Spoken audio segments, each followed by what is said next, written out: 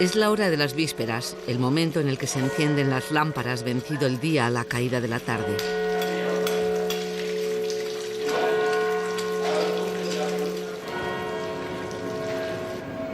Las puertas de Silos se han abierto para compartir una experiencia a la que los visitantes se acercan por diferentes caminos.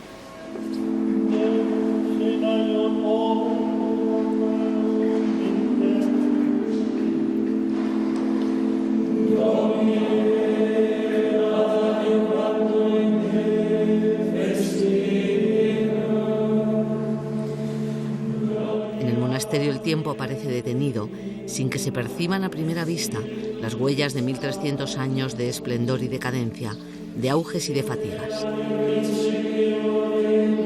Abrazados a la piedra que la mano de los maestros canteros convirtieron en arte, una treintena de monjes mantiene vivo desde hace más de 1000 años el mejor gregoriano.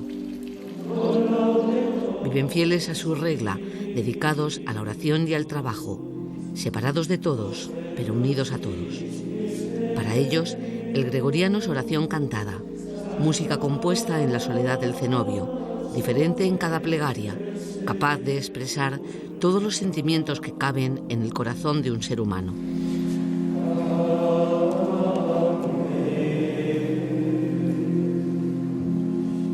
¿Qué música le pongo yo a esto? ¿Cómo expresar este sentimiento de soledad, que estoy hundido, ¿verdad?, en la dificultad de la vida? ¿Qué música le pongo? Podía poner muchas, y de hecho una misma pieza tiene muchas variantes, o sea, con distintas melodías. Pero él eligió, por ejemplo, esta, ¿verdad? Es decir, levántate, Señor, líbranos, ayúdanos y líbranos, porque tu nombre es fuerte. Pues le puso a esta música. Moisés Salgado llegó al monasterio con 14 años. Pertenece a una de las últimas generaciones de niños monje. En Silos aprendió los secretos del gregoriano, su calado y su sencillez musical, el ritmo al servicio de la palabra y al encuentro de las emociones. Si os dais cuenta, es una música llorona, de quien está un poco hundido. Señor, ayúdame, líbrame, ¿verdad? Ayúdanos, y líbranos, liberanos. Y ahora, porque sabe que Dios le va a escuchar, lo que queda por tu nombre, la melodía cae pacífica, descansa en Dios.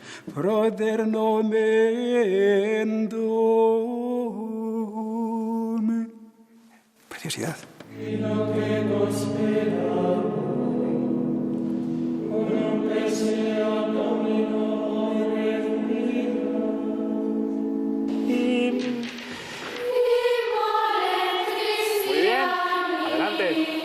La cantera del gregoriano ya no está en los monasterios, cuya población se ha reducido.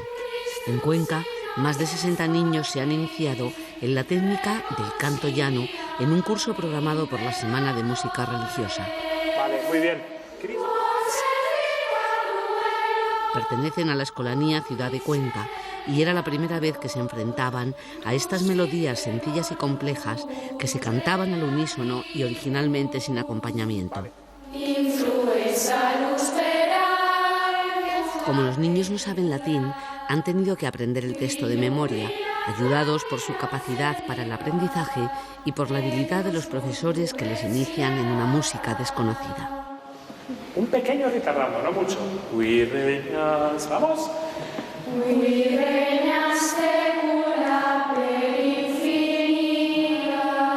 Otra vez, cuirreñas, todos.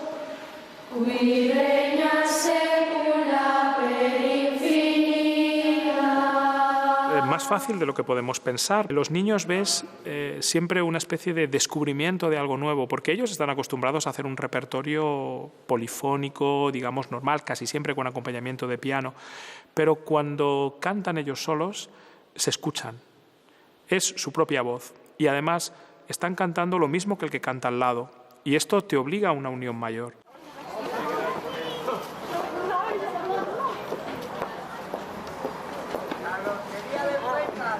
Juan Carlos Asensio estudió música en la Escolanía del Valle de los Caídos y es experto en canto gregoriano.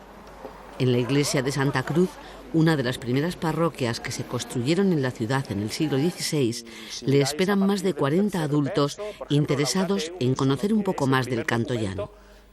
Hoy toca hablar de la ordenación melódica del gregoriano y practicar con el Salmo 150, el Laudate Dominum. Laudate Dominum in sanctis.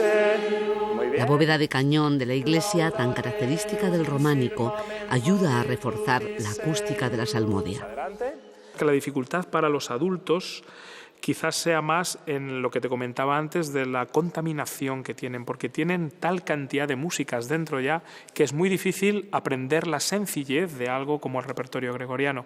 Una cosa tan simple a una voz ligada a un texto a veces se convierte en lo más complejo a alguien, por ejemplo, que está acostumbrado a tocar el piano como un virtuoso. Esto lo hemos encontrado varias veces. Personas que tocan su instrumento, maravilla, pero en primer lugar no cultivan la voz y luego después algo tan simple es como increíble. Dice, esto no puede ser así. Y sin embargo es maravilloso, claro.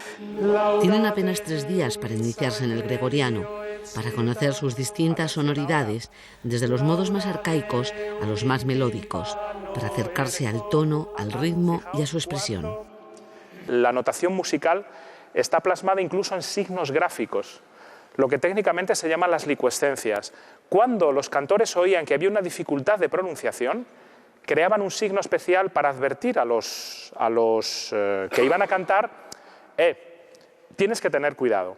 Los copistas sabían de la dificultad del latín y sabían de la destreza especial que se necesitaba en los cantores para la lectura del texto latino.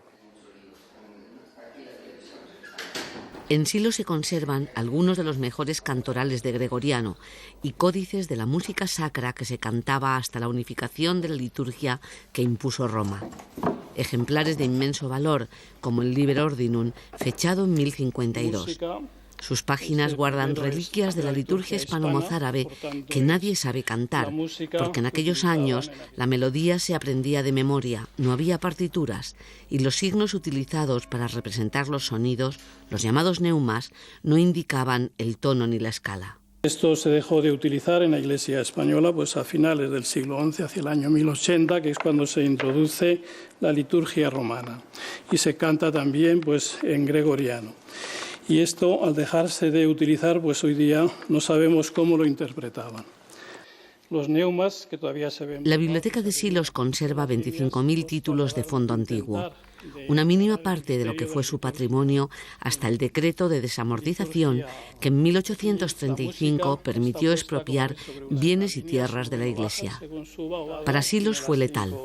Los enviados del gobierno expoliaron sus anaqueles y los mejores manuscritos terminaron en museos y colecciones particulares. Como antes es pergamino, por la parte externa de la piel, la parte interna. De la biblioteca se llevaron primero Pascual de Gallangos, unos 406 volúmenes, se llevó a la biblioteca de la Real Academia de la Historia.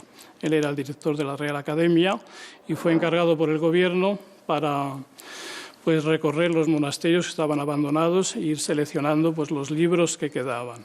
Quedaron algunos en el monasterio porque los monjes estaban haciendo de párrocos. Y esos unos 1000 volúmenes son los que van a entregar a los monjes restauradores franceses en el año 1880 cuando llegan. Omnia ut sint munda. Omnia ut sint munda, tribue pacifica, leti regna. El canto gregoriano ha sobrevivido a todas las músicas contemporáneas, pero fue decayendo a partir del Concilio Vaticano II, cuando dejó de ser el canto oficial de la Iglesia Católica. Su uso prácticamente se ha reducido a las órdenes monásticas y se enfrenta al desafío de conectar con las nuevas generaciones.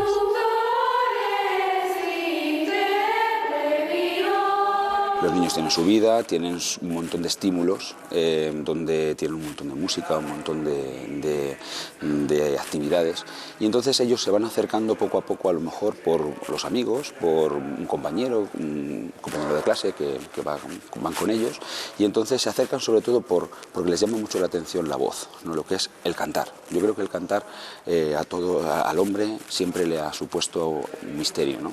Y yo creo que los niños se acercan por eso. Y ya se enganchan.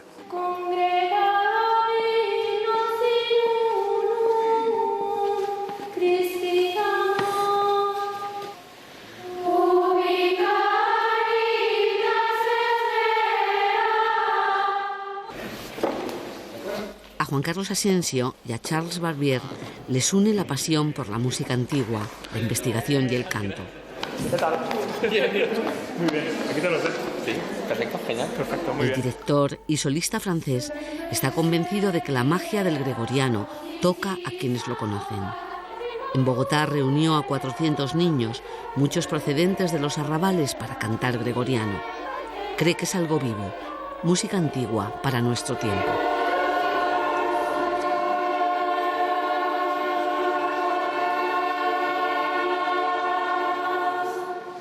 Parece un poco raro cantar de memoria sin saber una obra, por eso lo que hago con los adultos o con los niños es cantar con ellos, cantar, cantar, cantar, y que ellos repiten y repiten y repiten para que este canto sea natural, sea personal. Lo distinto para mí es que cuando canto con adultos, canto como un tenor. Y cuando yo canto con los niños, canto como sopranista. Es decir, que canto exactamente las mismas notas que los niños, que tienen que pensar en esto, que solamente repiten, escuchas, repiten, escuchas, repiten. Y es algo muy natural. Empiezan a cantar ubicaritas solos. Ubicaritas es vera, Neusibis. Lo cantan los cuatro, ¿sí? Y luego lo repetimos. Charles, de verdad, era una auténtica maravilla. Su voz es que canta espectacular y era muy bueno. Las clases nos enseñaba muchísima pronunciación, tanto aquí en el gregoriano así, un montón de cosas nos ha enseñado. Por ejemplo, que teníamos que cantar con las consonantes, cosas así que no sabíamos. Y Juan Carlos también estaba muy bien. Está siendo un poco duro los ensayos y todo eso, pero por lo menos a mí me gusta bastante y tenemos el apoyo del director que sabe bastante gregoriano y nos ayuda bastante. El martes santo, la lluvia hizo una pausa y los pasos pudieron hacer su recorrido. Las procesiones concentran la emoción de miles de años, las creencias en lo sobrenatural, el goce de la contemplación estética y el sentimiento. Algo parecido sucede con el gregoriano, cuyo origen se remonta a la tradición hebrea de los primeros cristianos, cuando eran una secta dentro del judaísmo. Las mujeres participaron en la liturgia gregoriana hasta el siglo XVI, pero tras el Concilio de Trento, su canto fue prohibido. Quizás aquí hay una especie de error en la interpretación, o más que un error, quizás un error interesado, o un ir más allá en una interpretación de una de las cartas de San Pablo, que decía que las mujeres en la iglesia que se callen, mulieres in ecclesia taceat, ¿no? Que estén calladas probablemente porque armaban mucho jaleo, porque hablaban mientras estaba celebrando algo. Esto se interpretó probablemente de una manera interesada por determinados padres de la iglesia y, claro, la prohibición fue no solamente que no hablaran, sino que no participaran en la expresión fundamental de la liturgia, que es el canto.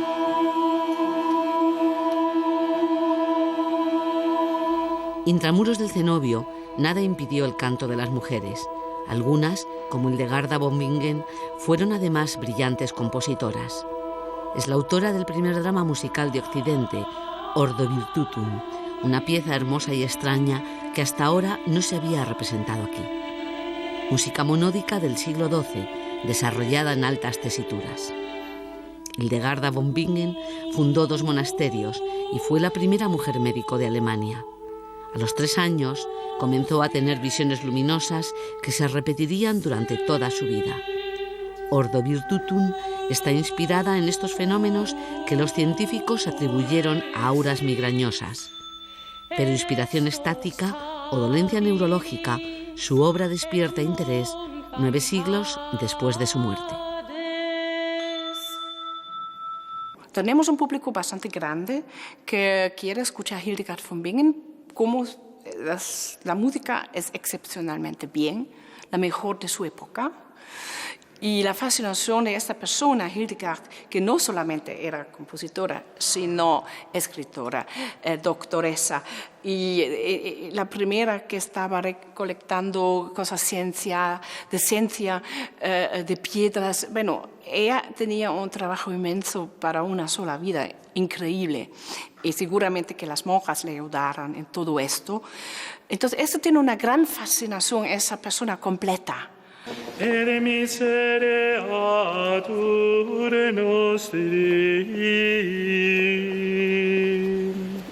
Es Jueves Santo y en la Catedral de Santa María está a punto de comenzar la primera parte del Triduo Pascual. Canto gregoriano como en los tiempos carolingios. Vestidos con alba blanca, los miembros de la escuela antigua interpretan las antífonas de la misa vespertina.